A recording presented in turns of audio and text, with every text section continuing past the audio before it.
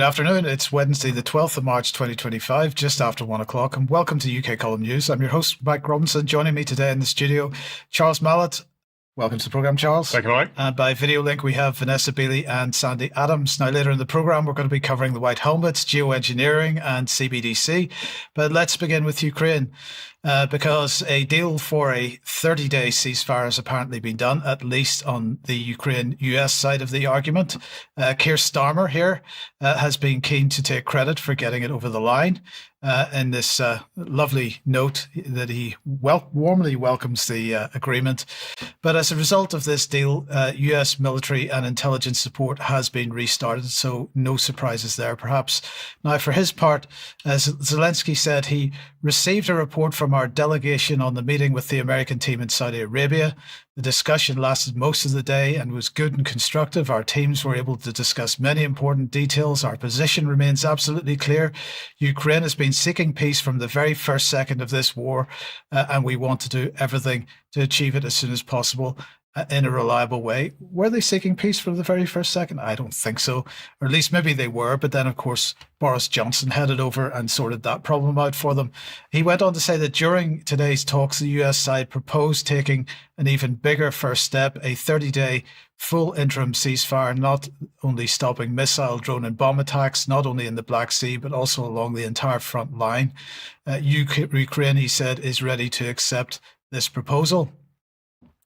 Now, Russia hasn't commented so far, but US Secretary of State Marco Rubio said that he would present the offer to Russia and that the ball is in their court, which, strangely enough, is exactly the phrase that John Healey, Secretary of State for War, used.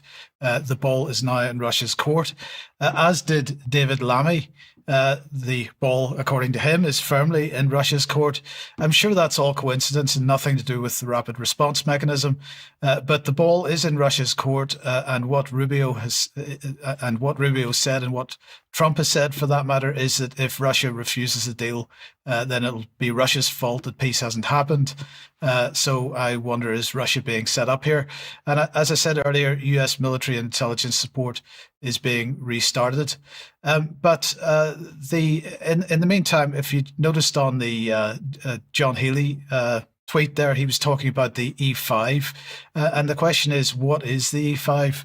Well, it's the five largest European war spenders, UK, France, Germany, Italy, and Poland. And they have set up a parallel political infrastructure to counter the perceived threat of Donald Trump being used to push forward all kinds of things at the moment. The war budget of the E5 group is 2.5 times larger than that of Russia. And yet Russia has weapon systems that the West can't compete with, like Oreshnik, for example. So I think there's some questions to be asked there with that. So, but anyway, the upshot of all this is that as far as Ukraine, Britain and the EU are concerned, nothing has changed despite this deal. We have a deal for a 30-day ceasefire, and that time probably going to be used to consolidate the so-called coalition of the willing, and driven, as I say, as it has been from 1991 by Britain and France. So here's a Ministry of Defence tweet making that point. The defence partnership between the UK and France is stronger than ever, as John Healey met his French counterpart in Paris. Now, if you'd like more background and context for this, do have a look at the EU military unification page on the UK Column website, because we've been making the point that Britain and France has been behind this really from the beginning, this whole EU defence union business, and specifically to highlight here in 2010, the second Franco-British Council Roundtable, which led to the Lancaster House treaties, which was a 50-year defence pact between Britain and France. And that was followed up in 2018 with the Sandhurst treaties, which reinforced that deal. So that's really what's driving the sort of UK EU effort on this, using Trump and Trump's so-called appeasement of Russia as the excuse to drive forward with this. Have you got any thoughts? Well, I think it's so well set up as a perfect and sort of eternal thread of contradictions and confusions, and being able to persistently go to either Russia or Ukraine and say, right, well, now it's up to you, the other side, to decide what you're going to do, and say that Russia has been pursuing peace and Ukraine's been pursuing peace, but in actual fact, never quite reconciling the situation, which of course is a gift for the defence industry, which is really what so much of this is about, the perpetual state of either war or the readiness, the preparation for war, and this absurd idea of peace through strength, and the best way to avoid war is to be prepared for it, and this kind of thing, which is entirely, from a financial point of view, one of the main drivers for it. So this is just another example of it, with a specific sort of clause or 30-day ceasefire attached to it. But I dare say this is one of many things. And also, just perhaps slightly flippantly, but I can't help thinking that the ball in your court, Russia, is a bit of a reference to Wimbledon being so quick to ban Russian players back in 2022. It all seems remarkably childish. Absolutely, and that's quite possibly the case. Let me welcome Vanessa to the programme, and we'll move on to Syria now. And the first thing to say here, Vanessa, is that we have an episode 6 of the Syria podcast up on the UK Column website covering recent events there. Yes, people might enjoy listening to that because we do go into a lot of detail about the various regional players' agendas in Syria on the back of what is a hideous ethnic cleansing operation being carried out by the Takfiri project, which of course is funded and supported by the UK government, among others. Now, there have been horrendous videos circulating. I'm not going to show some of the worst. They are available on the links that Mike and I shared at the podcast. But I just want to show this one, which is in Jable on the coastal region, showing the sheer number of bodies in one very small area of the Jable countryside, bodies that have effectively being dumped there. Many of them are being burned or buried in mass graves. Again, there are videos depicting that. Or they're being thrown off the mountainside in an attempt to basically cover up the atrocities that are being committed by the Al-Qaeda, HTS, so-called security forces, and their various foreign mercenary affiliates that are operating in the region, with, of course, the endorsement of Western countries, Israel, Turkey, and the various UN agencies that are not investigating these crimes correctly. And then I also wanted to talk about this, which is a killing of children in a village called Al-Salata in Latakia, again, on the coast. I apologize for the distressing image. There are hundreds, if not tens of hundreds of these photos. Children that are presumably going to be called regime remnants by outlets like the BBC and Channel 4. They're innocent civilian children that simply belong to the wrong minority group in Syria. Yesterday I managed to get to Akkad, which is, you can just see the 2 points there, in the north of Lebanon. The massacres are taking place within that red circle, so you can see that it's a fairly vast area of Syrian territory in the coastal and central region. Also includes Latakia there in the top left corner. I just couldn't get the circle to fit. And basically people from all that region are crossing the border with Lebanon into the Akka region, which is where we visited yesterday. They're not crossing by the official border because they would be shot by Al-Qaeda that are gathered around there. They're crossing by various former smuggling routes in the river. And this image shows very clearly how these people are arriving on foot, having escaped through the forest and the mountains into these smuggling route areas, and they're basically being able to cross the river and find shelter in the various municipalities in the area of Akka in northern Lebanon, where they are being well taken care of. I have to note that the Lebanese state is not involving itself in any way in taking care of them. It's that they're reliant upon Western NGOs, EU NGOs predominantly, and UN agencies. And basically from conversations that I had with the families that had arrived in the last 24 hours. I couldn't film them. I couldn't share their names because they're terrified that family members that are still inside Syria are going to get eliminated if they're seen in any way to have escaped. Even if they're putting likes on Facebook posts showing the slaughters, their family is being targeted. So that's the degree to which they're being surveilled. So I've done a short report so far on X, and basically what I was told, an estimated 8,000 Syrians have made it to so-called safety in Lebanon, 2,000 families. More are pouring in on a daily basis. We were told by recently arrived Syrians that the numbers of slaughtered in Syria is probably closer to 12,000, with entire villages wiped out in secret. Internet is being cut. No food and water has been sent to those, particularly to those areas, in the last couple of months. Water supplies are being poisoned, according to reports, which, as I've pointed out, is very similar to Zionist tactics used in the Nakba in 1948 onwards. These people arrived with nothing. EU, UN NGOs in Lebanon are providing less than 2% of their needs, having already closed their borders to persecuted minorities fleeing EU-backed al-Qaeda security terrorist forces. Then I basically took a couple of images in one of the shelters that we went to, showing this is basically a school which is being rapidly converted into a refugee shelter. And I wanted just to basically share with you what some of those people said to me.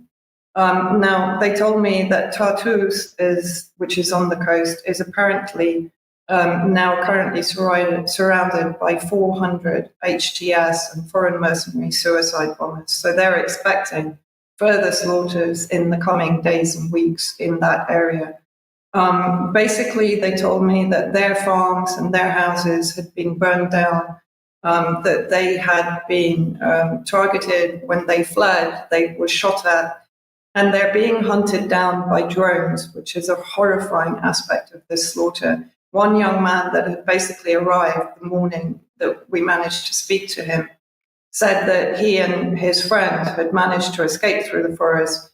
They were basically covering themselves with leaves and branches at various points when they could hear the drone to try and stop them being detected. He spent 5 days by the river, hiding from the drones and the HTS forces that were on the banks trying to shoot anyone trying to flee. And at one point, he had to submerge himself in the water so that the drone, this is what he told me. Technically, I don't know if it's correct, but this is obviously what he believed and what he did. He submerged himself in the water so that the drone couldn't detect body heat from him. He was completely traumatized. And I have to say, just seeing these people, we saw the 1,000-mile stare from victims in Gaza that had been taken into Zionist prisons and tortured. I saw exactly the same stare in about the 15, 20 people, including children, that I was talking to. And I did record the conversations. I just haven't had time yet to go through and edit and to remove background noise, etc. But I saw exactly the same trauma in their eyes, and to see it in the eyes of children, many of them from sort of 10 years down, absolutely horrified, traumatized. They'd seen children burned alive. They'd seen children executed on the spot. Children were asked, if a group of children was being lined up, they were asked who should be executed first. Young women are being raped, trafficked. Children are also being trafficked for organ extraction, which I'll talk about in the next section. But the horrors that were being described to me were absolutely off the scale. And these refugee centres are all they have. Most of them, if we can just show the next photo, most of them arrive with nothing, literally nothing, just the clothes on their backs. And the only support they have are from the local municipalities. And finally, I just wanted to show, because this was an emotional moment for me in a way, a video that we took on the way to the crossings, the river crossings. This is basically Syria that you're seeing beyond the ridge where I'm filming from. And to see Syria like this, beautiful Syria, looking calm and serene, but knowing what is going on there is very difficult. And also, of course, not to be able to return myself, only to be able to see it from the Lebanese side. And it's worth mentioning that all of these people that have left Syria under threat of ethnic cleansing have said that they don't see themselves with a future in Syria unless Jolani is removed. And of course, what they're now pushing for is foreign intervention and the partitioning of Syria to create a safe state for them on the coast with anyone but Jolani in charge. And this, of course, is part of the Western-managed, Israeli-managed Takfiri project to end with the partitioning of Syria. Vanessa, I'm not going to say thank you for that because that was horrendous, but that was a fantastic report. So, we watch to see how this develops, and we will, of course, report more on this. Let's move on to Sandy and welcome you to the program. And we're looking at the continuing land grab back here in the UK. Yeah, I mean, three things prompted me to look at this today. Firstly, there was a celebration in the Somerset village of Kingston Seymour, where they actually won a battle against the French company EDF, who are building Hinkley Point. I'll be getting back to that later, if that slide can come down for the moment. The wildlands map. I don't need that right now. If No, that can go. It's not on, Sandy. Okay. Oh, that's good. No, that's okay. So sorry. I'm just looking at the wrong screen. And I'll be talking about Kingston Seymour in depth later. But the second reason really was I got a text from someone in New South Wales who contacted me saying that 73 state forests had been restricted or closed off to the public for safety and conservation. I did look it up on the New South Wales forestry website in Australia, and sure enough, to my horror, that was the case.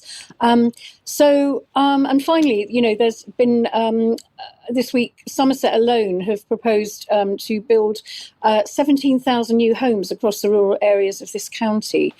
It just seems that everything we hold dear is just up for grabs. It's unbelievable. Now, I just want to cast my mind back to 13 years ago when I used to do talks about Agenda 2030. Well, I still do, but it was only 21 then. And I used to have this picture of the wildlands map. I'm so sorry. I hoped that this would be the dream of a sort of madman, that it would never happen. And that madman was David Foreman, a radical environmentalist and co-founder of Earth First and supporter of global warming theory. Foreman's Wildlands project was really a vision with vast tracts of land across North America and potentially worldwide, designated for conservation with strict human exclusion zones and controlled human settlement zones, or smart cities as we know them.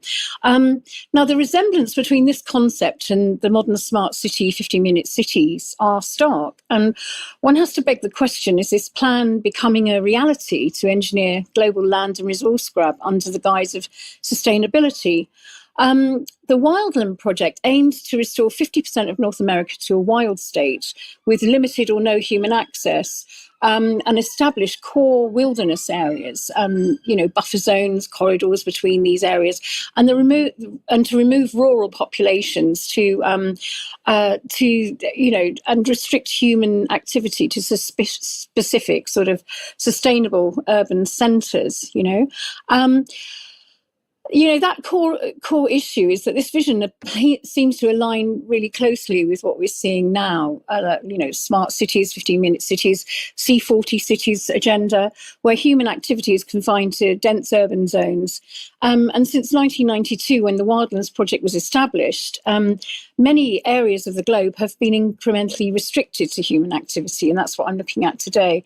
The UN's Agenda 2030 framework of the Sustainable Development Goals is used to justify the largest shift in land ownership and control in modern history.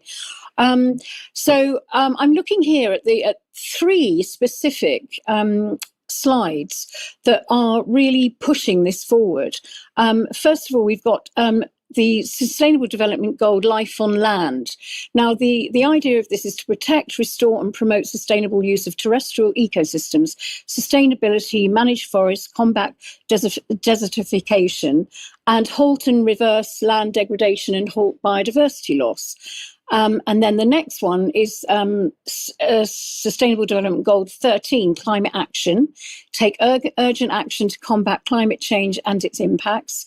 And the last one is Sustainable Development 11, Sustainable Cities and Communities, which is to make cities and human settlements inclusive, safe, resilient and sustainable. And they do use the word human settlements, meaning smart cities.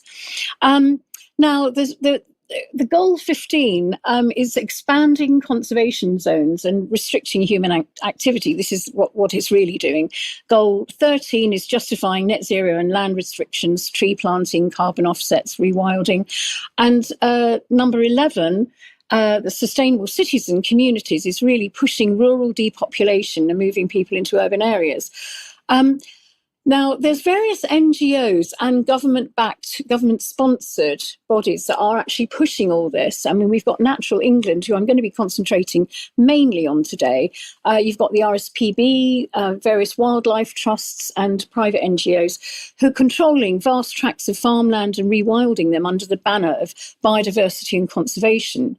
And they're using the Environmental Land Management Scheme to do this. Now, this has happened on Dartmoor, where grazing restrictions of long-standing rights, I mean, hundreds and hundreds of year-old rights for farmers to graze their livestock, cattle, horses, sheep on the land have been restricted. They're putting big restrictions on due to conservation.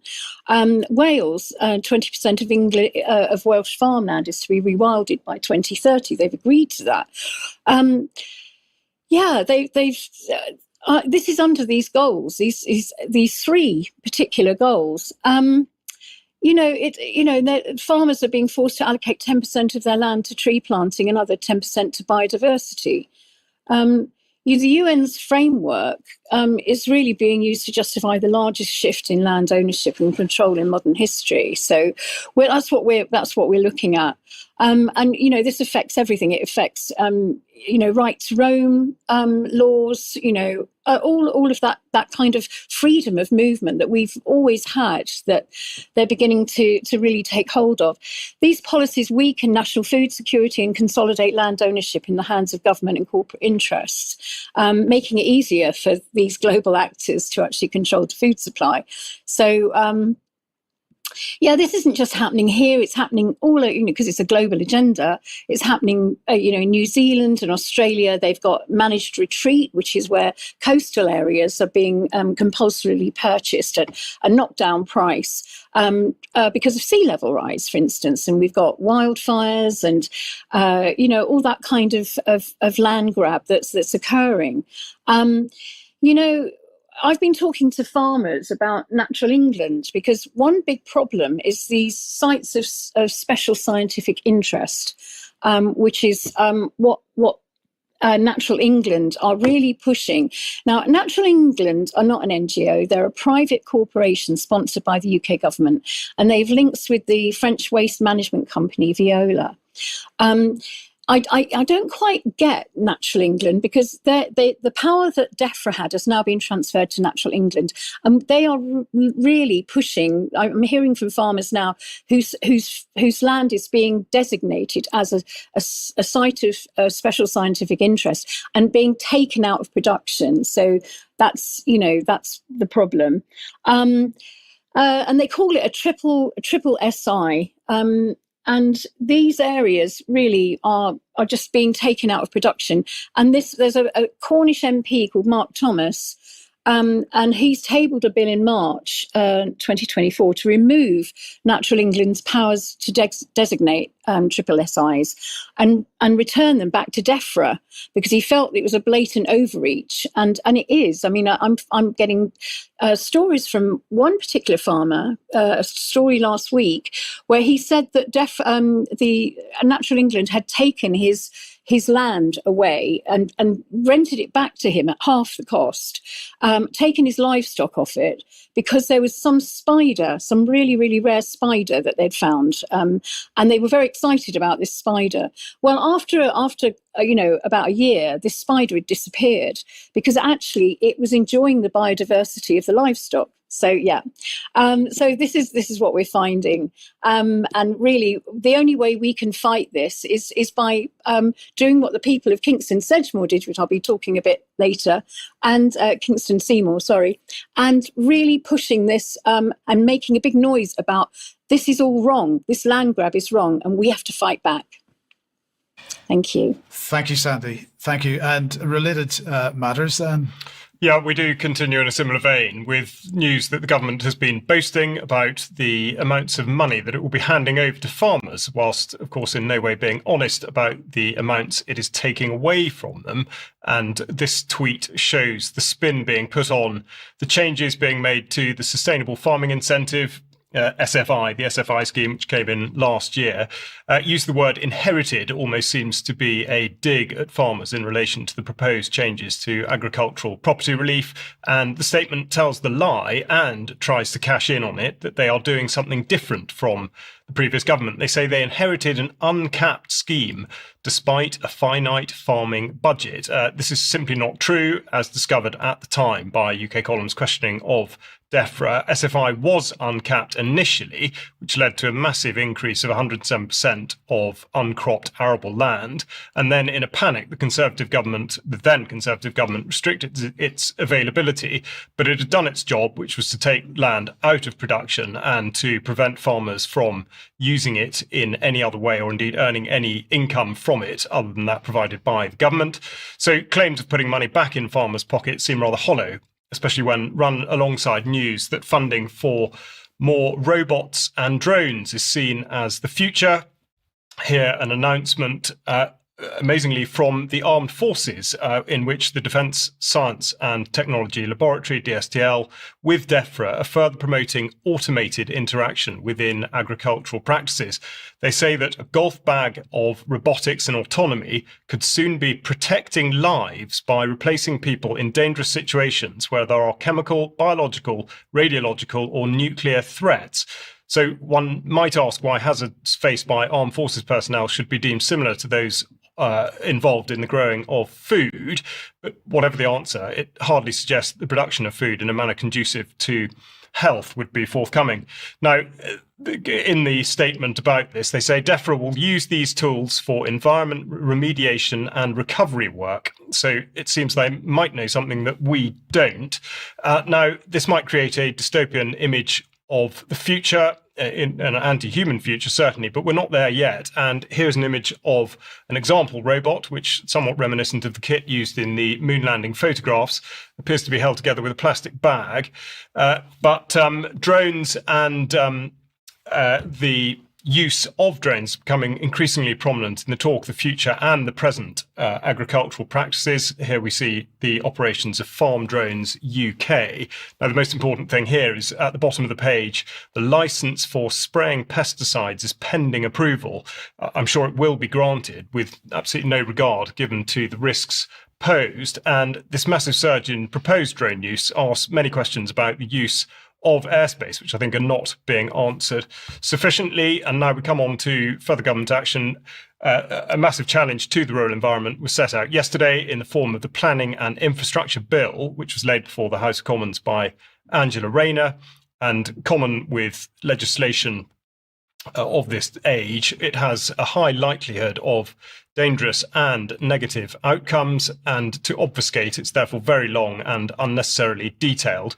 But it seeks to prioritise what's called critical infrastructure and planning, the question being critical to whom and at what cost. I think there are very many areas of concern, far too many to draw out today. So we'll just take a look at a few.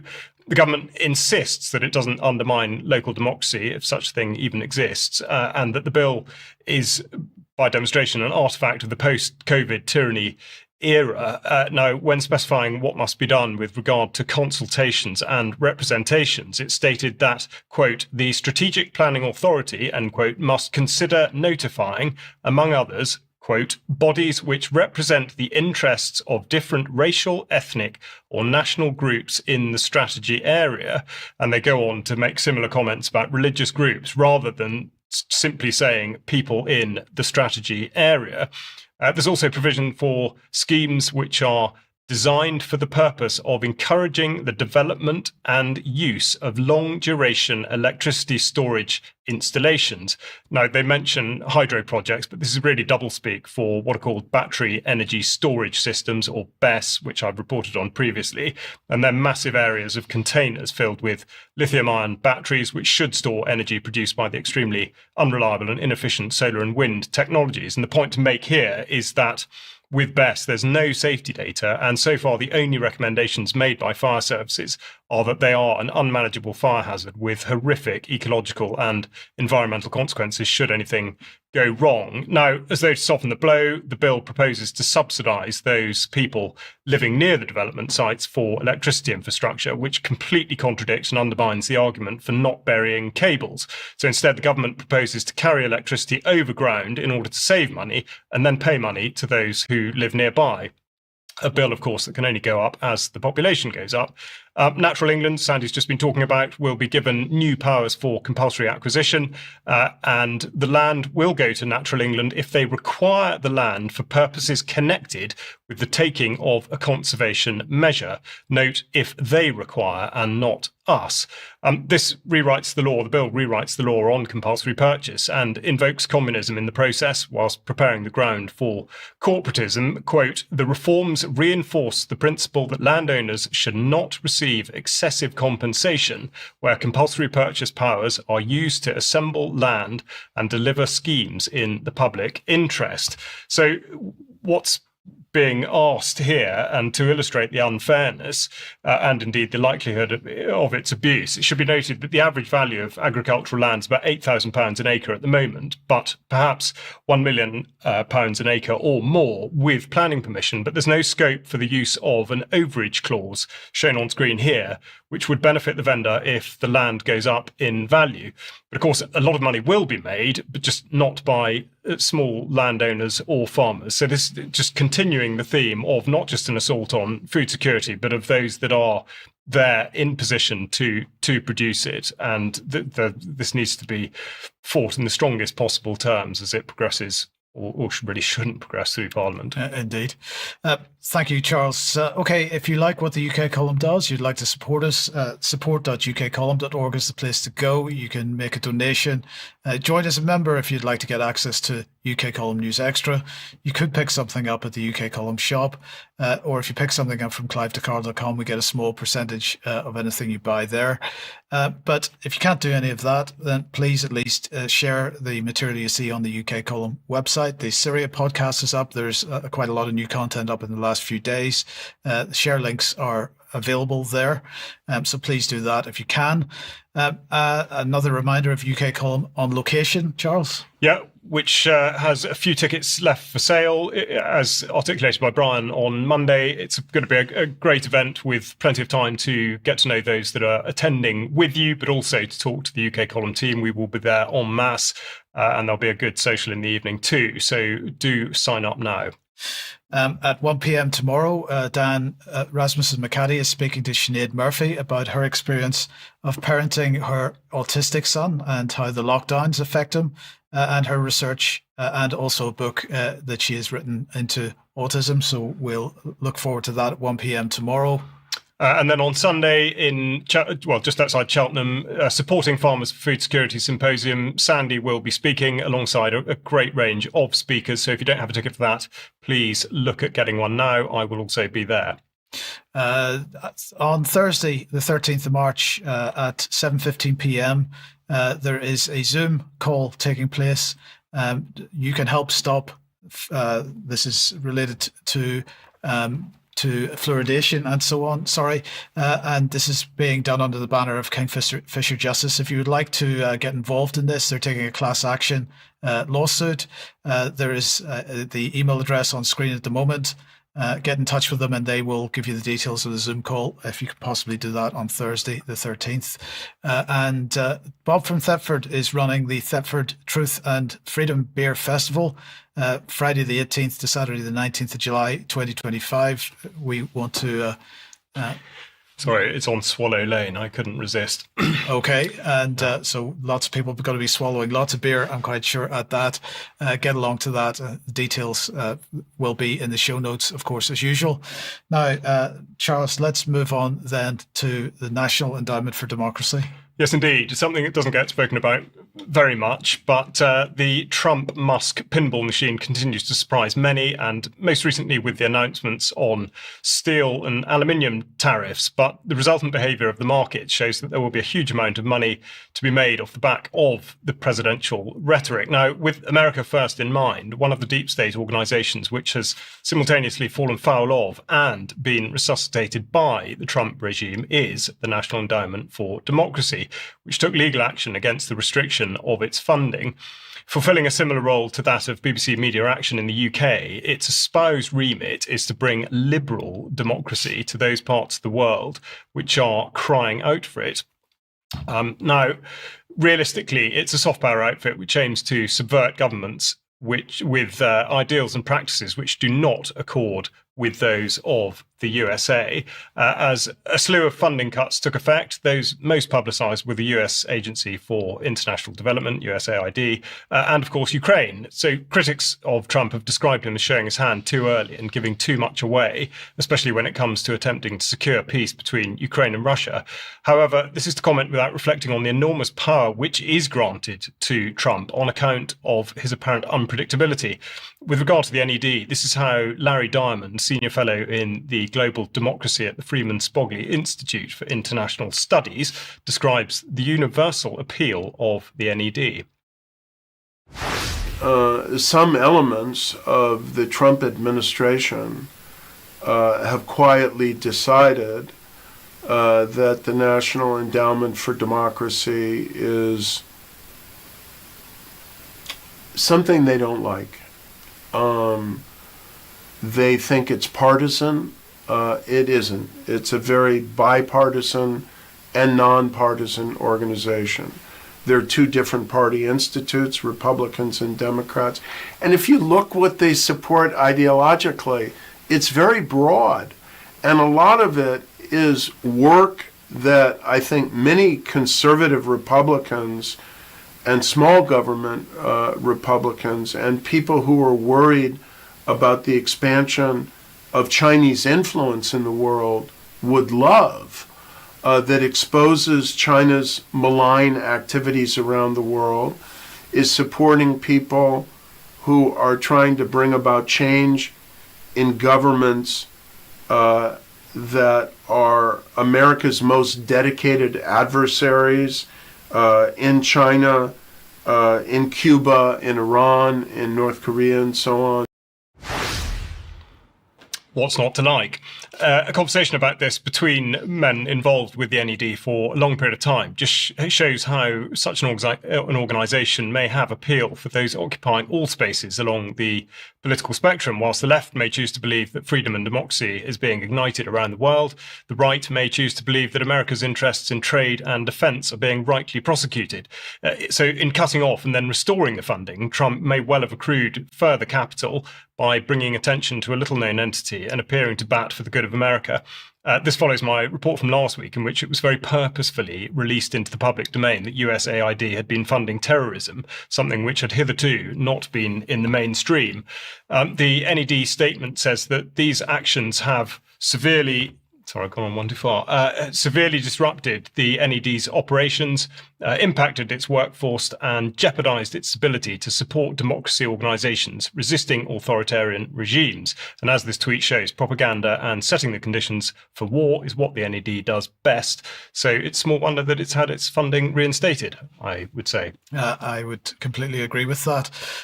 Vanessa, let's welcome you back to the program, and let's talk about the white helmets. Yes, well, I would first of all direct people to the UK column White Helmets Archive, where you can see the work that we've done in collaboration since I think it was 2016. Mike, perhaps correct me if I'm wrong.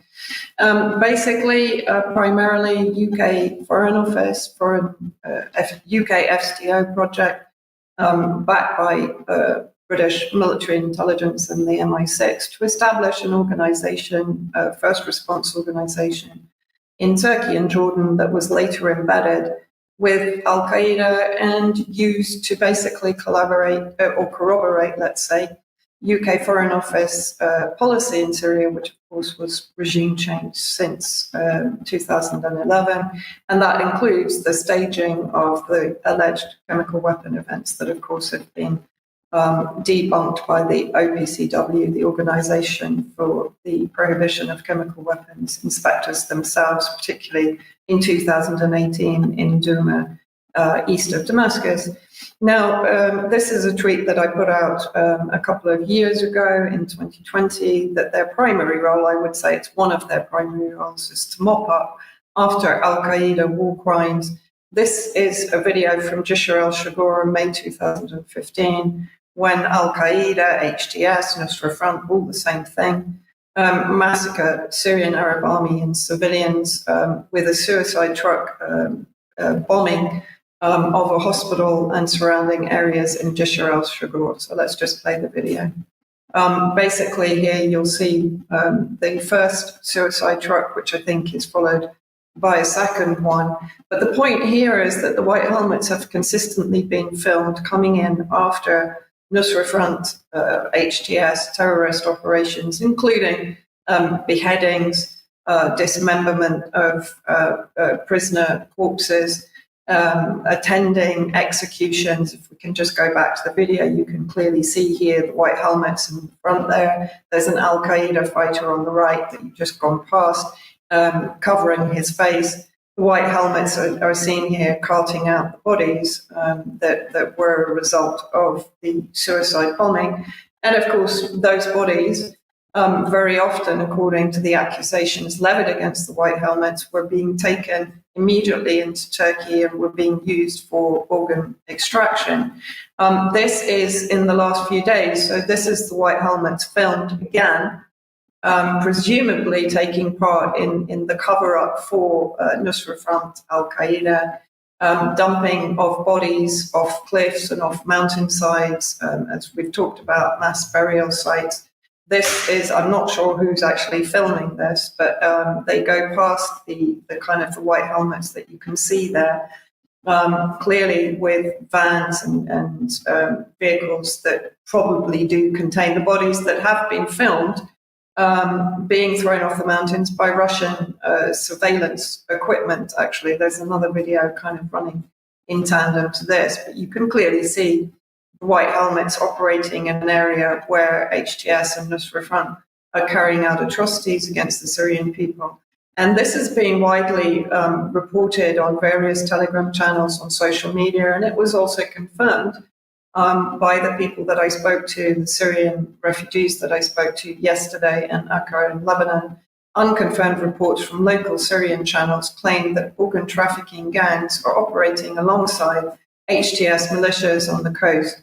According to these reports, specialized doctors allegedly extract hearts, eyes, kidneys, and other organs immediately after executions, preparing them for sale and transfer to Turkey. And again, this is really nothing new.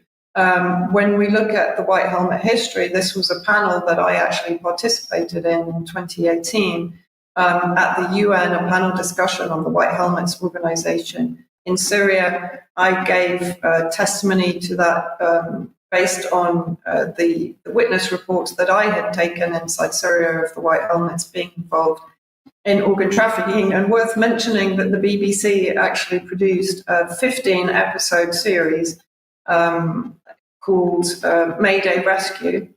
And in one episode of that, they spent the entire episode trying to debunk my reports on the white helmets' involvement in organ trafficking. The best they could come up with a witness that had actually participated in the crimes of a group called Nur al-Zinki in Aleppo, particularly the beheading of a 12-year-old child back in 2016, was that the bodies were being transported to carry out autopsies. Which is absolutely insane when you think about it. It's not even a valid excuse or justification for what has been going on. And this is a slide basically from the presentation made by Maxim Grigoriev from the Foundation of the Study of Democracy, who spent, I think, more than a year inside Syria collating testimony from civilians in Syria that had either witnessed or been on the receiving end of lightly injured children and adults that had been taken into Turkey and were basically returned with organs missing. You can freeze frame and read the actual testimony, and you can watch the panel, the link to which will be shown in the show notes. And this is one of the regular harvests of war, sadly. We see it in Ukraine. We saw it, of course, in Kosovo. The British military intelligence officer, James Le Mesurier, or Mesurier, however you want to pronounce it, was involved in Kosovo in 1999 in the transformation of the Kosovo Liberation Army, which, of course, again was Al-Qaeda and Albanian warlords, into the Kosovo Security Corps, while they were running cross-border operations, taking Serbian civilians for organ extraction in the infamous Yellow Houses. He then went on to form the White Helmets that are now accused of similar operations.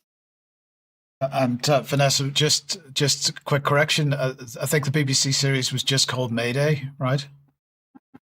Oh, potentially, yes. Yes, I think it was. Mayday Rescue was the organisation. Yes. Yeah. Okay. Yeah. Thank you for that. Thank you.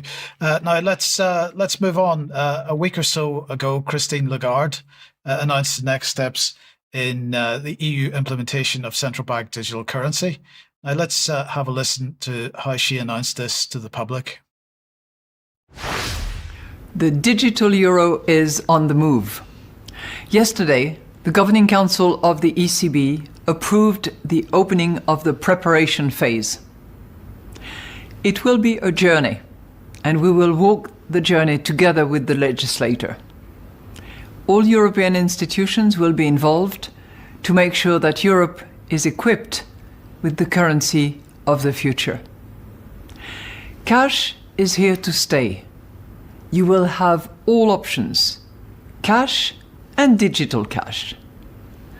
So what does it mean for you? For consumers, it would be free and easy to use everywhere in the euro area. All of that, of course, is subject to the legislative process. Cash or digital, the choice will be yours. Your euro, your choice. So, I mean, what is there to complain about? It's our choice, no problem. Now, at the actual launch event, though, this is what she had to say. Hopefully, campaigning enough with all the stakeholders, meaning European Parliament, meaning European Council, meaning European Commission, so that we can eventually, not put to bed, but put to reality this digital euro. The deadline for us is going to be October of 25, and we are getting ready for that deadline, but we will not be able to move unless the other parties, the stakeholders, as I call them, Commission, Council and Parliament, actually complete the legislative process, without which we will not be able to move. Now, once again, what we have here is a reaction to Trump, or at least Trump is being used as a driver for this, and Trump's suspension of all CBDC-related activity by the Federal Reserve in favor of his stablecoin alternative project. It should be noticed that there's no real difference in the policy between the EU and the US. All Trump is doing is effectively privatizing the digital currency. The downsides are the same in both cases, because although he has virtue signaled support for Bitcoin, that's not the platform he's going to use actually for his digital currency. But getting back to Lagarde, there's still a long way to go for the digital euro, and plenty of time for getting organised against it if you're in the EU. The October deadline is going to see the ECB preparing an outreach plan, procurement standards, and also engaging with technology providers. And in fact, they've already started spending that money. Contracts worth over €1 billion have already been signed to source private vendors to help build the system up. So this follows publication at the start of the year of the Bank of England's blueprint for digital currency, alongside an announcement of a digital pound lab, which is they're describing as a technology sandbox environment that's going to enable hands-on experimentation of innovative central bank digital currency use cases, potential business models for payment interface providers and external service interface providers, and API functionality testing. It is brilliant. The plan to launch the Digital Pound Lab is included in their latest progress update report, and they say a digital pound issued by the Bank of England would be seamlessly exchangeable with cash and bank deposits, ensuring continuity of a trusted, uniform, and accessible means of payment. So, we've got nothing to worry about at all, do we? For more on the CBDC, have a look at the International Monetary Fund has published on this. They've published their virtual handbook, which they describe as a reference guide for policymakers and experts at central banks and ministries of finance. So lots more information on the topic there. As the House of Lords report said, a solution in search of a problem. Yes. Yeah, absurd. Anyway, to move on to something else entirely, a document has been produced by Exeter University, in fact, back in January, and the Institute and Faculty of Actuaries, and it foretells catastrophic societal and economic impacts if climate policies are not upgraded. So this is, of course, alarmism of the very highest order, filed under the title of planetary solvency. So we'll listen to a video explaining how that is described. So the new planetary solvency report is what you're referring to. Can you explain the concept behind that and what's the main message from it?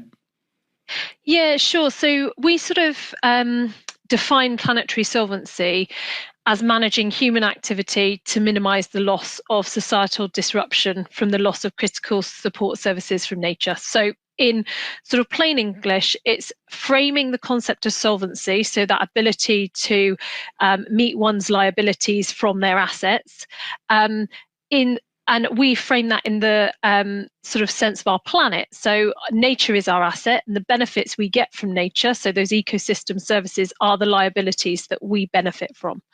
And as we erode nature through things like climate change and biodiversity loss, but also the breakdown of the social relationships, we undermine the solvency of our planet. Did you follow that? The language used suggests that she has no idea what she's talking about, and whether one listens to the actuarial or the layman's translation. But what she is describing is the consequence of having or adhering to the destructive net zero policies in the first place, and it should really be evident this is a desperate rearguard action to preserve that particular scam. Apocalyptic predictions are set out, such as the global economy could face a 50% loss in GDP between 2070 and 2090. We look at the slide, just put that one on screen now, Stephanie. With this very dangerous looking red background and a dead tree and a dry landscape just to reinforce it. But of course, the position we're in is that academics are vulnerable because funding for this specific area is available in the same way that no funding exists to investigate the opposite. And we see here the Climate Repair Centre, and as the rhetoric becomes more and more alarmist, so the proposed solutions become more outlandish and indeed more available to the public, shown here by this sort of subset of the University of Cambridge. Now, despite stating categorically in 2009 the government would not be employing any geoengineering or weather modification measures, this Centre for Climate Repair starts a series of solutions for a warming world tomorrow, including seminars on how to produce cloud which will best reflect the sun's rays. So it's somewhat ironic that Cambridge itself should restrict the use of motor cars in it under its clean air zone, but the idea that creating clouds is not considered as a form of air pollution. So we'll see how that progresses, and they've got more seminars coming up as the year goes on. Thank you, Charles. Now, the Daily Mail yesterday was carrying an article claiming that anyone watching live streams on Netflix would require a TV license to watch. And it says in this article that millions of Brits are at risk of being slapped with a eye-watering £1,000 fine for watching Netflix's groundbreaking news show. Over the past few years, it says Netflix has started airing live shows for fans to watch in the latest innovation from the nation's most popular streaming service.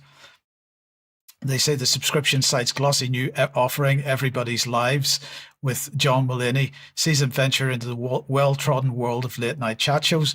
Now, the problem here is that there's no such requirement. The legislation covering this is Section 363 of the Communications Act 2003, and that makes no mention of Netflix for obvious reasons. But the way that TV licensing themselves states their case is that it's an offence under Section 363 of the Communications Act 2003 to watch TV channels on any TV service, watch live TV on streaming services, or use BBC iPlayer or any device without a valid TV licence. And the issue here is the definition of live TV. And until now, that has meant anything which is streamed live on any streaming platform, but which is also streamed live or is also live on broadcast television at the same time. But Netflix is not a broadcast television channel. It can't be watched on Freeview or on Sky. So it can only be watched on the Netflix app. And so this appears to us to be massive overreach by TV licensing, if the Mail article is correct, of course. Now, the direction of travel here is clear. The requirement for everyone in the country to fund the BBC, and I'm going to suggest good luck with that. But I have asked TV licensing for comment. They haven't come back to me yet, although they did acknowledge receipt and said they would be coming back to me today.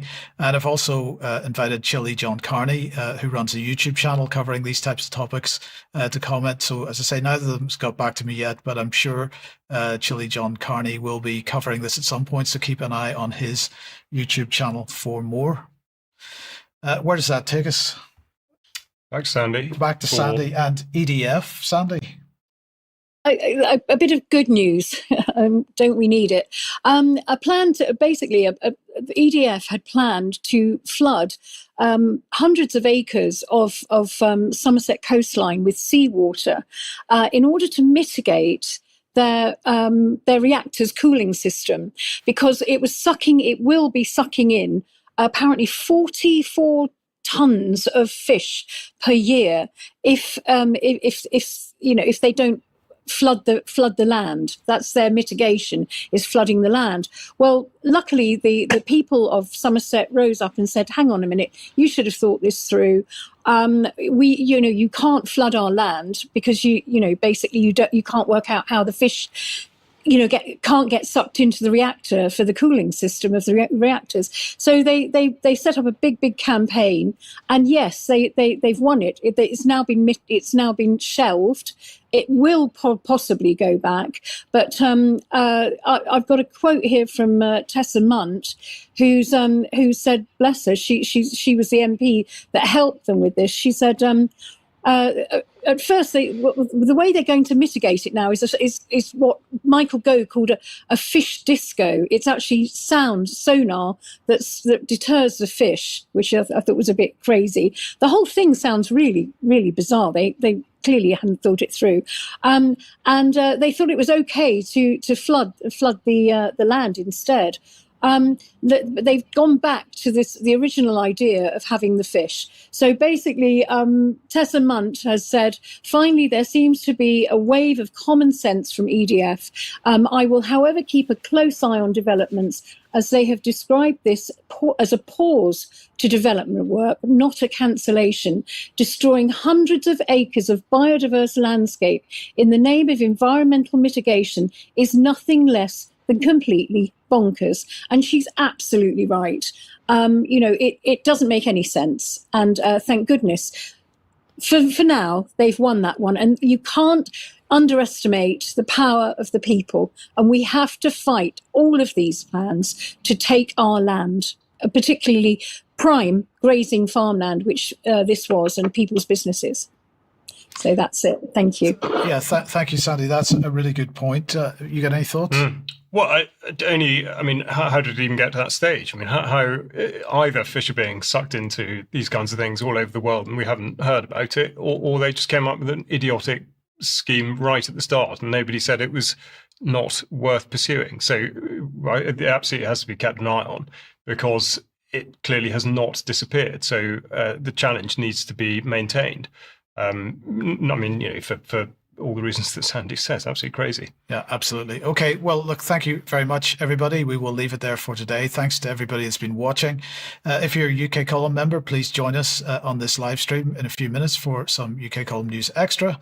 But otherwise, enjoy the interview tomorrow on autism, and we will see you 1 p.m. as usual on Friday. See you then. Bye-bye. Bye-bye.